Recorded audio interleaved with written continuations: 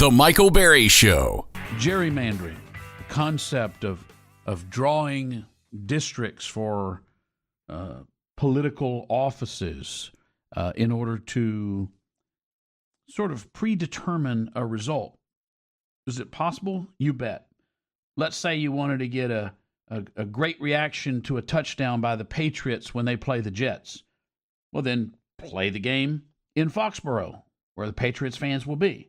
Or if you don't, you want people to boo when there's a touchdown, then play that same game at the Jets Stadium, because then you're going to have people that are predisposed toward the Jets. Well, it turns out you can draw districts based on race, for instance, where you can create Democrat districts, Republican districts, and that is what has happened. And that has ended up before the United States Supreme Court. And for that, we go to our expert, and that is Professor Josh Blackman, Mr. Smarty Pants of the South Texas College of Law, where he is a professor to students and well-respected in the media world and the political world as an expert on all things Supreme Court. Professor, this case that came before the Voting Rights Act, if you could be my first-year law student and I'll be Professor Blackman, give me the facts of this case. Right. So this case arose from our friends next door in Louisiana. And Louisiana legislature drew a map in which they tried to create more safe Republican districts. Almost immediately, there was litigation which said that the votes of various African-American groups were being disenfranchised. And a federal court in Louisiana said you must draw what's basically a district of African-American majority that allows them to pick the candidate of their choice. Okay, a couple of years later, some white voters in Louisiana brought a lawsuit saying, wait a minute, this is racism, right? You are diminishing our votes as white voters and giving votes to others because of their race. So the question is this: can the Voting Rights Act, the federal law passed in the 1960s, require the government to consider race and basically give these districts to certain minority voters at the expense of other voters who are not members of that group? Okay. I'll ask some very basic, simple, obvious questions because you'll know the answer, and let's get it all out there. But this has been done a long time to redress past grievances of Jim Crow. Right. And the argument is the Voting Rights Act was passed to, as you said, address long-standing efforts to I said redress, Professor. I said redress. To redress long-standing grievances and long-standing efforts to dilute the votes of African-American voters. The argument now is it's not 1964, it's not 1984, it's not 2004, it's 2025.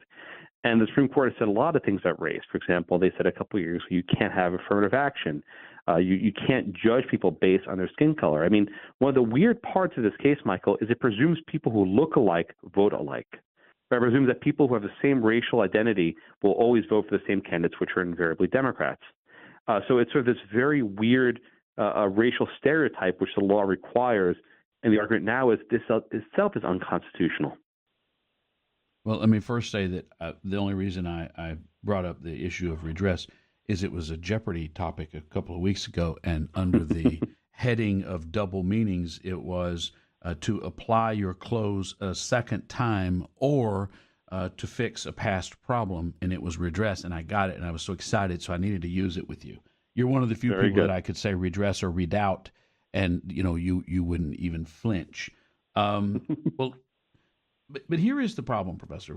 There is the law, which is blind, or we hope it is. The famous sculpture of Lady Justice, and that's nice, but we know that it is actually true. Blacks do in every study typically, other than when Trump is the presidential candidate, and it's still overwhelming, blacks do typically well over 90% vote Democrat. So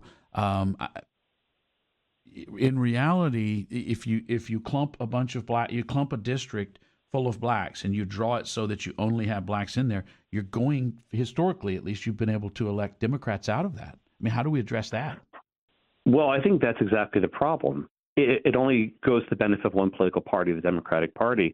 If you're a Republican in Illinois, a Republican in New York, there's no way you go to court saying, hey, they're diluting my vote. It only works one way. And I think what Louisiana says, we're not trying to disenfranchise black people. We're trying to have a Republican supermajority. And so up north in Illinois, they can make Democratic supermajorities, but in Louisiana and Mississippi and Alabama, they're forced to give Democrats seats. I mean, Michael, if you actually look at the numbers, if the Supreme Court rules the way we think they're going to rule, there are 12 Democratic districts in the country that just vanish, that exist only by virtue of the Voting Rights Act. So it's sort of this asymmetry, this unequalness between the North and the South. You know, if you are a white Democrat in West Virginia in a solid Republican state, you have no luck. But if you're a black Democrat in Louisiana, where also you're a political minority, you can go to court and demand a district. So I think what the Supreme Court's going to say is the rule should be the same nationwide. We shouldn't have this carve out for Democrats in the South, Republicans in the North lack. Well, and we did have a carve out, didn't we? When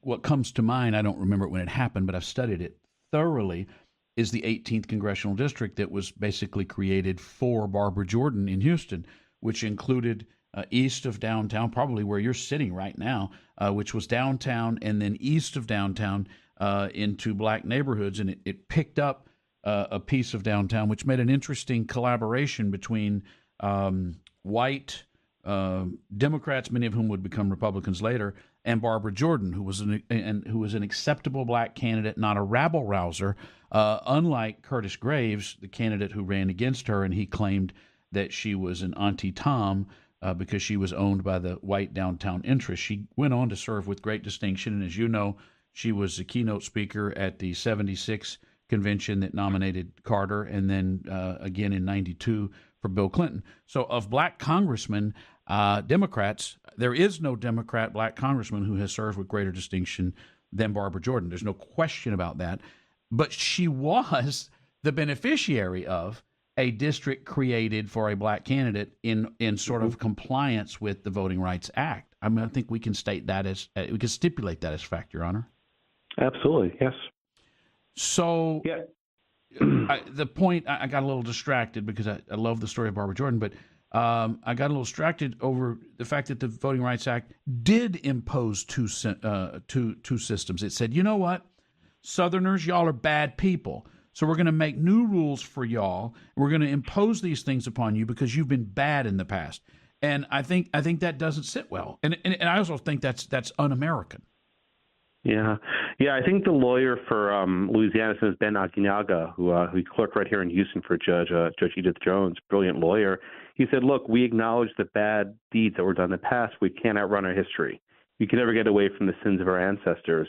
And again, we are 50 years from the Voting Rights Act, 60 years. At some point, we got to say times have changed. The world's a different place. And Louisiana legislature is not acting based on racial hatred. They're acting based on trying to create a Republican supermajority in the legislature, which is what most states try to do. And if you start from that premise, then there's no evidence there's an intent to harm black voters. They're trying to harm Democratic voters, right, who happen to be black. So what I think the court will do is they're going to say, let's get out of this business. The Illinois is up north. Up north, Illinois can make their Democratic supermajority.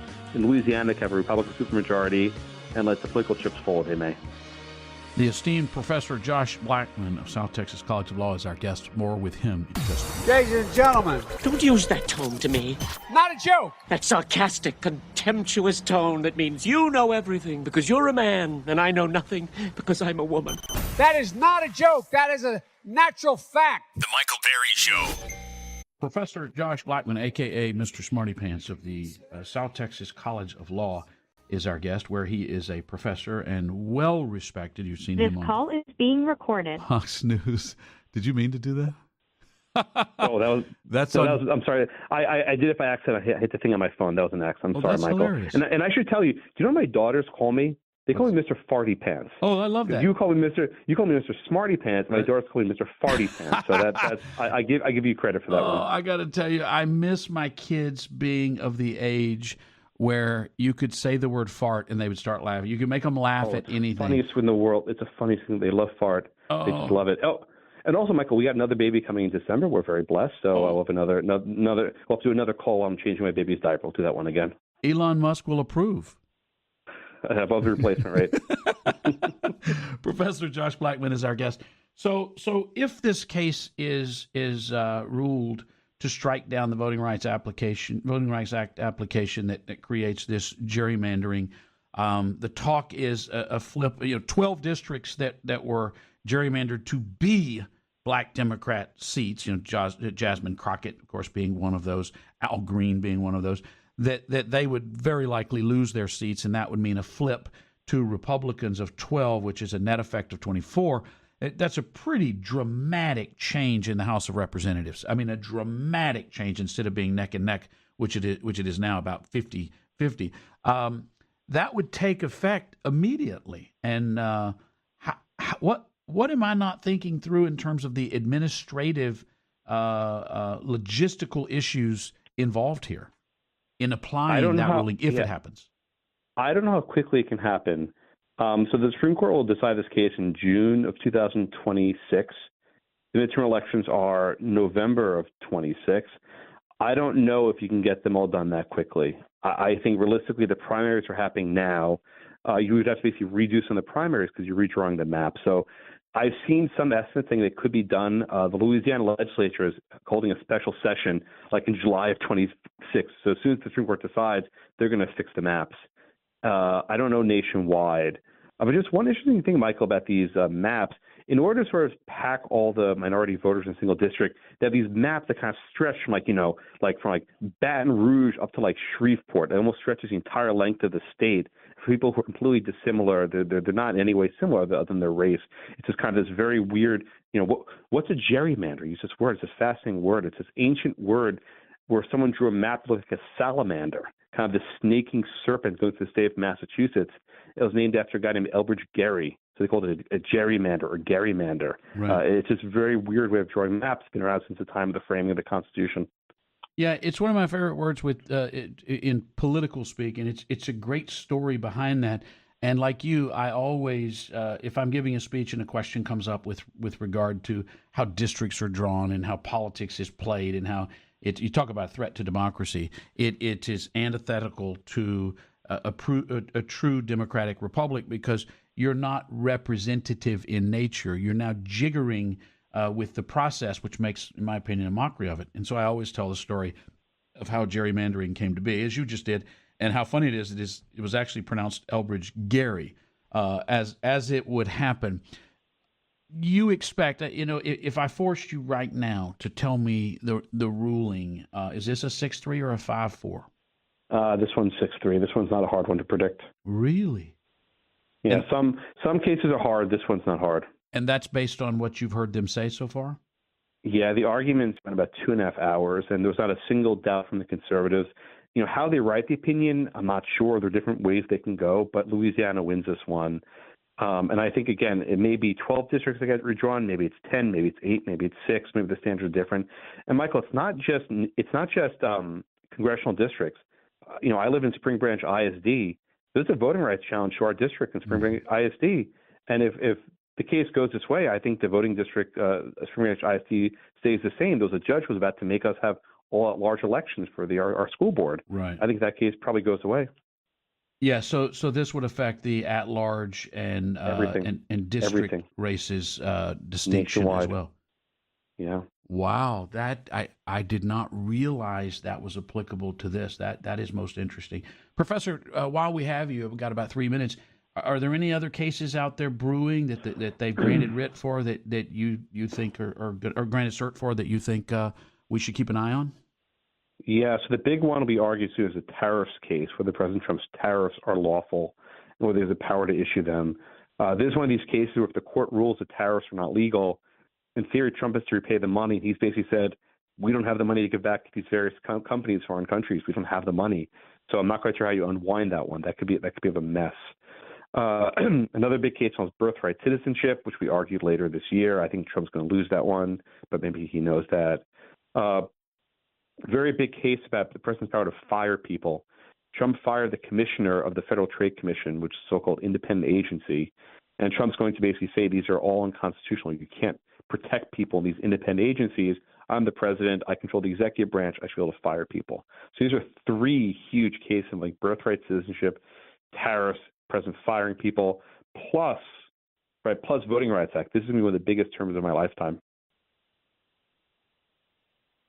That is, the problem is I find myself like your students in rapt attention with what you're saying, and then you just come to an abrupt stop, and I didn't think about it ahead of a question. I was actually paying attention, which is very rare for me, very rare indeed.